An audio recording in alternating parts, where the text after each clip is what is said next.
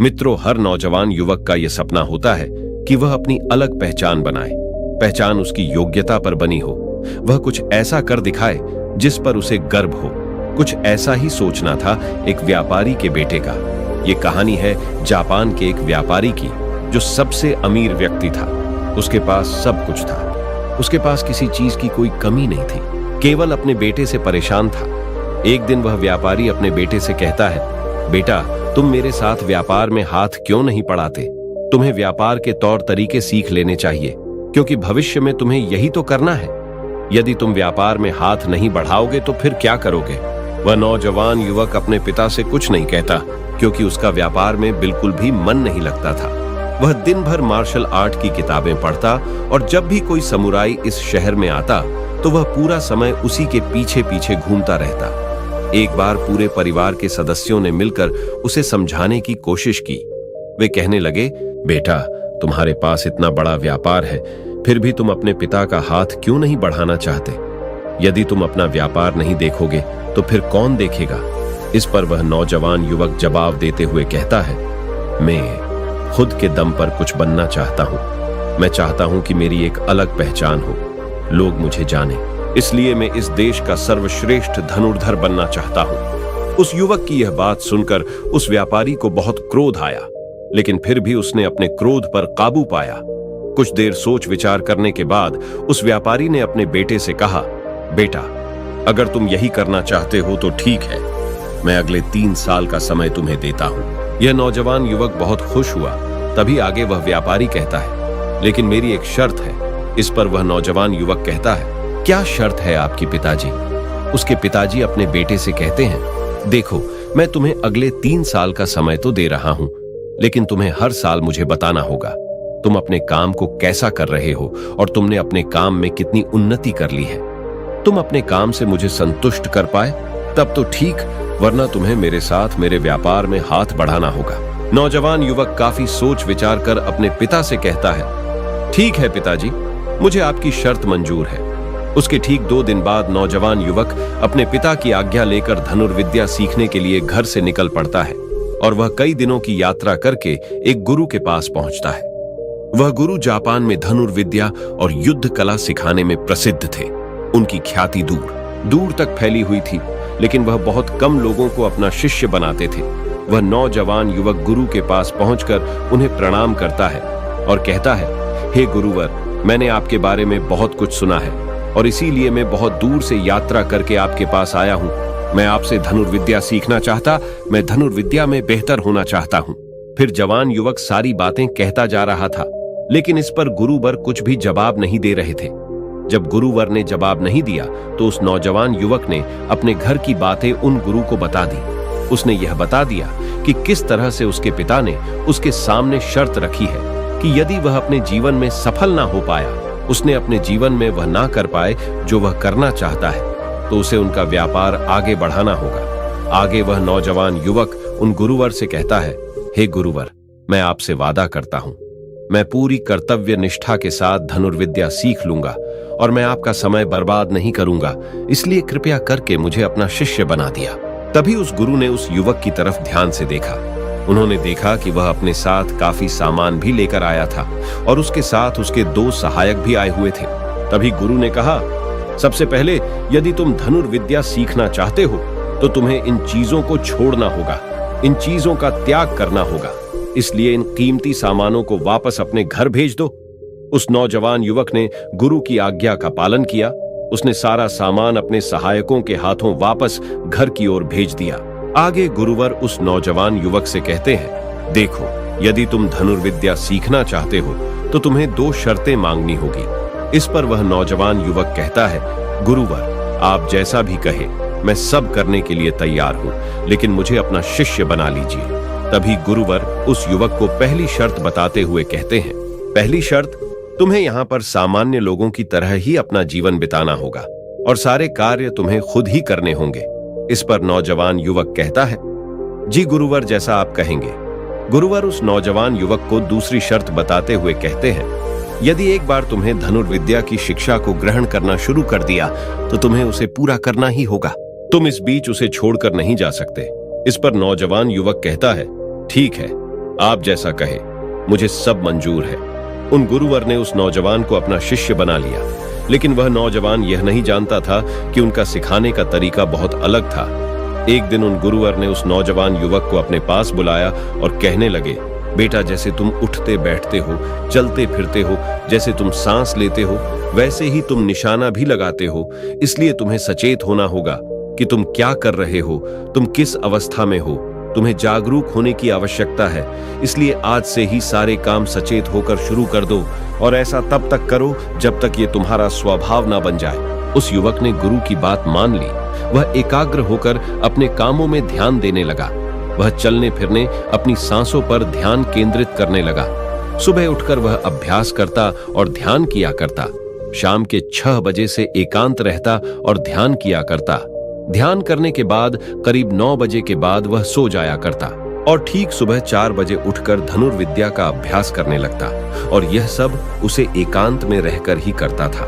और यह सारी क्रियाएं दोपहर के 2 बजे तक यूं ही चलती रहीं।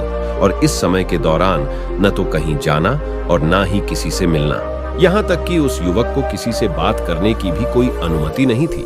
और बचे हुए 4 घंटे अर्थात दोपहर को 2 बजे से शाम को 6 बजे तक वह बाकी सभी शिष्यों के साथ मिलकर आश्रम की देख रेख करता। और वह नौजवान युवक भी अब तक पूरा मन लगाकर सीखने की कोशिश कर रहा था। लेकिन जैसे जैसे समय बीतता जा रहा था, उस नौजवान युवक का जोश ठंडा पड़ रहा था। अब उसके लिए आश्रम में एक एक पल बिताना बहुत मुश्किल हो रहा था। अब उस नौजवान युवक ने अपने गुरु की बातों को अनदेखा करना शुरू कर दिया था। वह अब उन सभी नियमों को तोड़कर अपने सभी गुरु भाइयों के साथ मिलकर गप्पे लड़ाने लगा था। वह उन्हें अपने व्यापार की बातें बताता है, उसके पास क्या कुछ है। और उस नौजवान युवक को इतना अमीर पाकर कई लोग उसके मित्र भी बन चुके थे, क्योंकि वह सोचते थे कि यह तो अमीर व्यापारी का बेटा है, कभी ना कभी तो भविष्य में कोई ना कोई फायदा हमें अवश्य मिलेगा।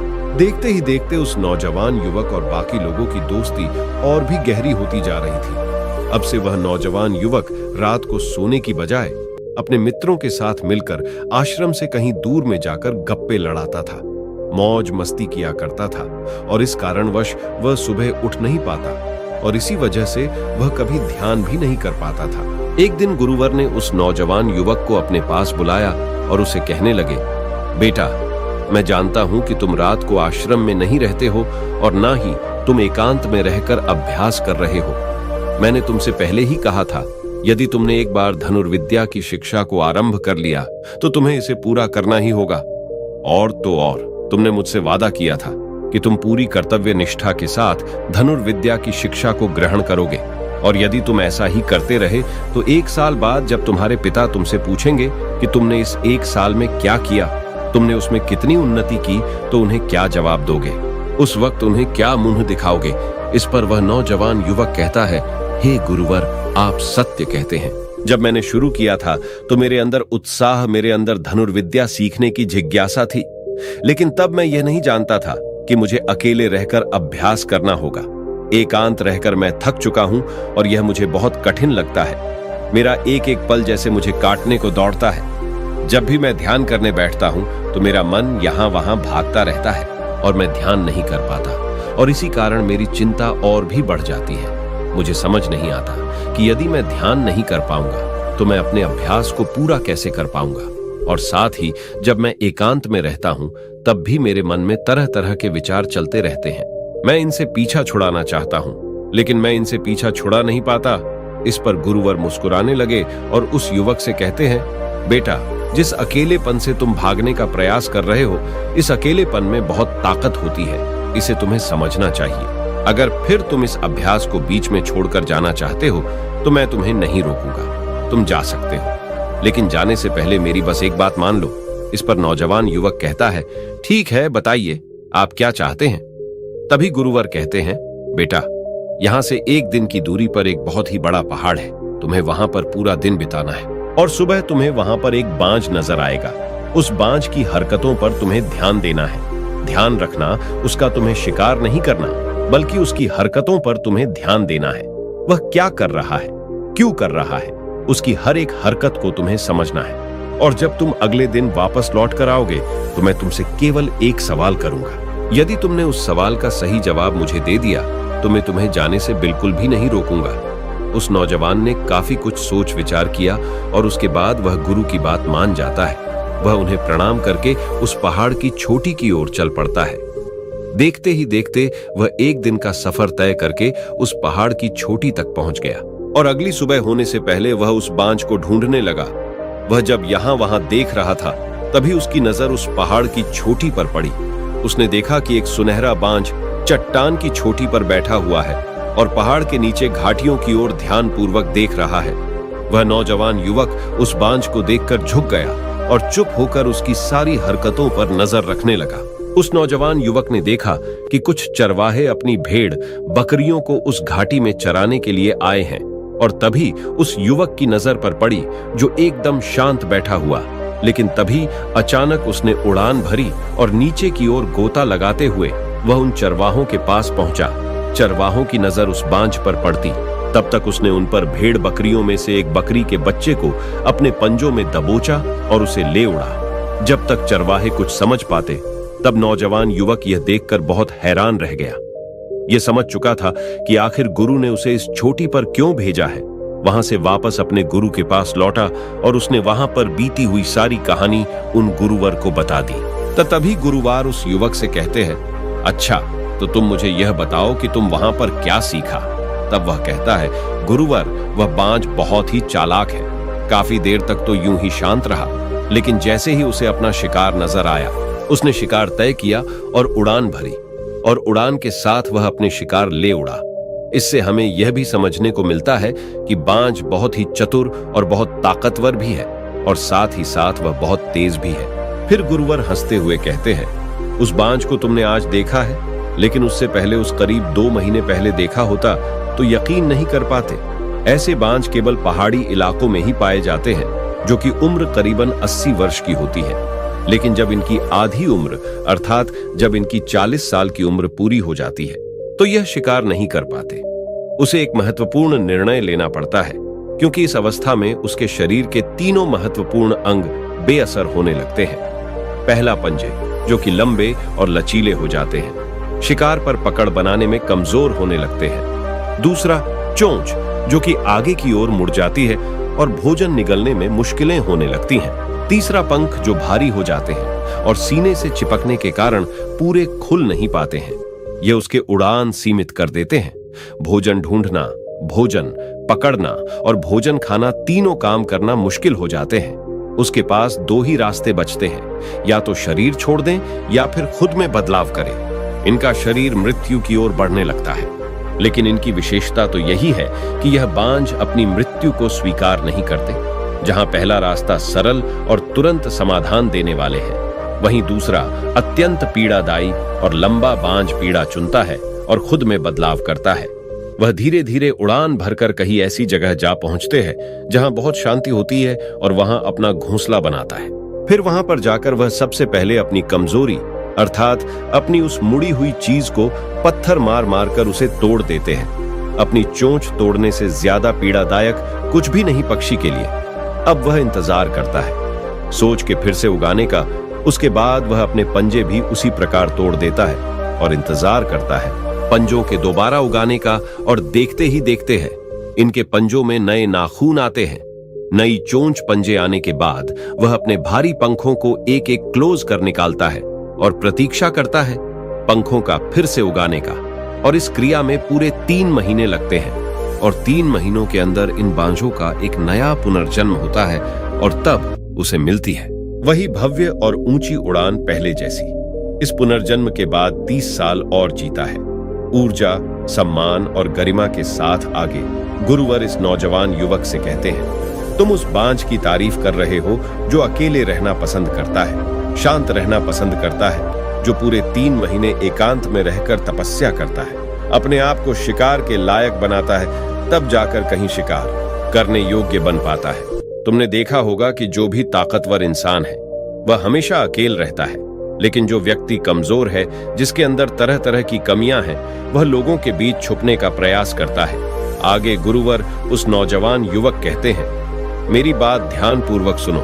यदि तुम अपने जीवन में सफल होना चाहते हो, अपनी पहचान बनाना चाहते हो, तो सबसे पहले दिशाहीन से दृढ़ निश्चय वाले बनो, क्योंकि जब तुम खुद के लिए समय निकालते हो, जब तुम एकांत रहने का चुनाव करते हो, तो तुम अपने दिन में जो भी काम कर रहे हो उस पर तुम ध्यान दे पाते हो, तुम सचेत हो पाते हो और साथ ही तुम किसी भी चीज पर सही निर्णय भी ले पाते हो।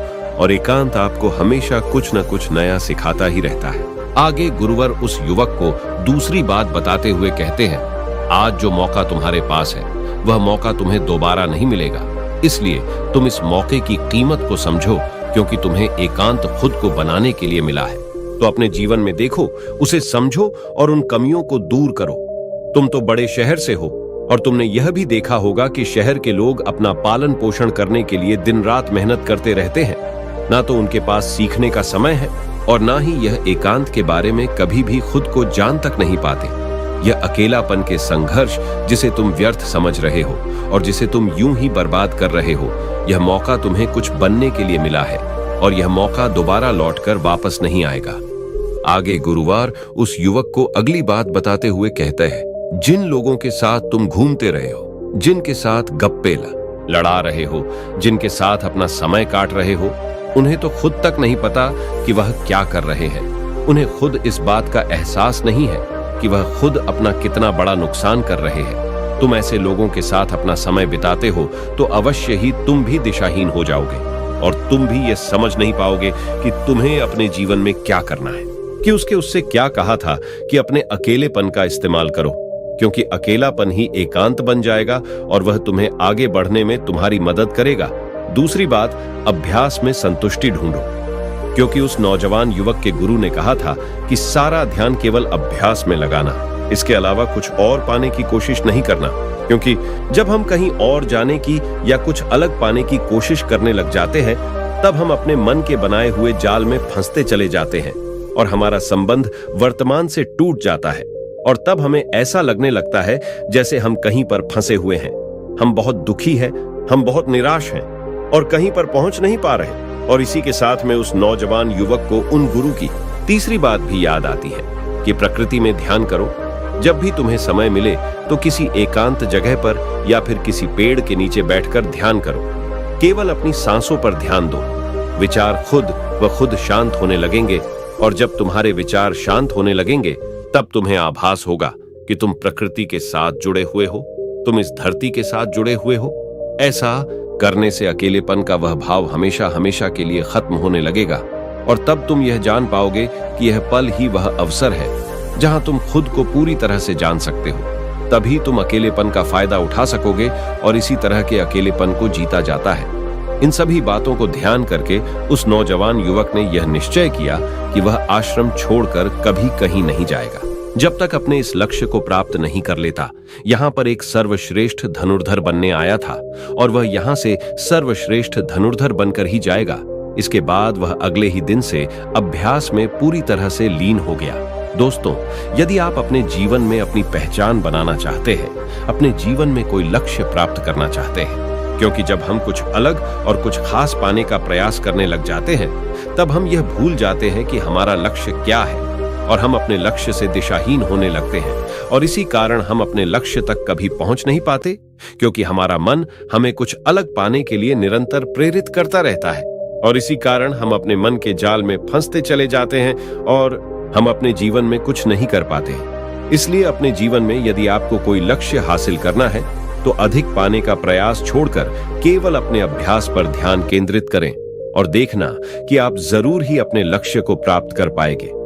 दोस्तों, आपने आज के इस वीडियो से क्या सीखा वह मुझे आप कमेंट में बता सकते हैं। इसी के साथ में उम्मीद है कि आपको आज की वीडियो पसंद आई होगी, तो इस वीडियो को उस इंसान को शेयर करें और उसी के ठीक बाद चैनल को सब्सक्राइब करें। तो चलिए फिर मिलते हैं ऐसी एक और नई वीडियो में। तब तक के लिए अपना ख्याल रखें। धन्यवाद और नमो बुद्धाय।